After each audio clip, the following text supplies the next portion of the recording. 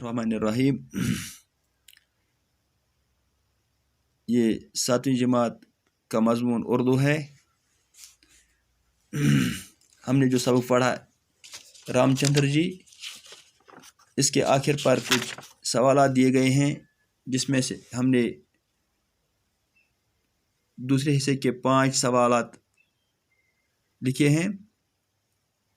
तो आज हम जो तीसरा हिस्सा है इसका पहला सवाल है, दिवाली पर एक मुख्तसर मज़मून लिखिए।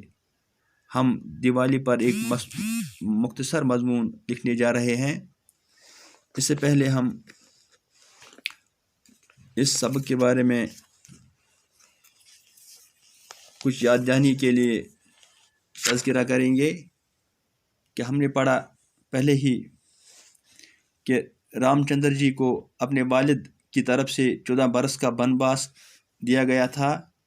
उन्होंने 14 बरस यानी 14 साल जलावतनी की ज़िंदगी बसर की। तो जब वो वनवास गए तो उनके साथ उनका छोटा भाई लक्ष्मण और उनकी बीवी सीता जी भी थे। तो अभी रामचंद्र जी वनवास के दिन गुजार रहे थे। वो अपने भाई लक्ष्मण के साथ कहीं बाहर गए थे और उनकी कुटिया पर, उनकी झोंपड़ी पर सीता जी अकेली बैठे हुए थे। जब लंका के राजा रावण ने देखा कि सीता जी अपनी कुटिया पर अकेली बैठी हैं, तो उन्होंने सीता जी को उठाकर लंका पहुंचा दिया। जब इस बात का पता रामचंद्र जी को चला तो उन्होंने लंका पर चढ़ाई की। हमने पढ़ा है कि रामचंद्र जी बड़े नेक और बहादुर थे। तो जब रामचंद्र जी ने लंका पर चढ़ाई की, वहाँ खून रेज़ जंग होती है, खून रेज़ लड़ाई होती है। तो इस लड़ाई में रामचंद्र जी फतेहयाब होते हैं। वो सीता जी को वहाँ से हिफाजत के साथ अपने साथ लाते हैं। तो इस तरह उनका 14 बरस का जो वनवास था वो भी मुकम्मल हो जाता है।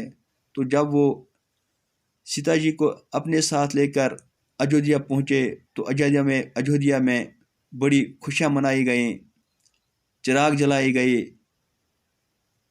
और हर साल इस खुशी की याद में हिंदू भाई ये त्यौहार मनाते हैं।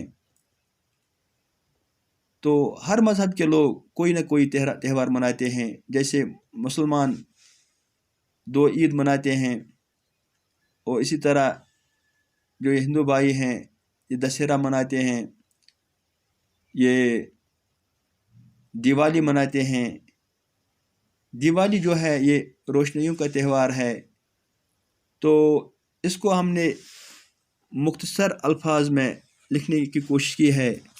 आप इसे अपनी कॉपी पर दर्ज करें। दिवाली हिंदुओं का मुक़द्दस त्यौहार है। ये त्यौहार निहायत अहमियत का हामिल है।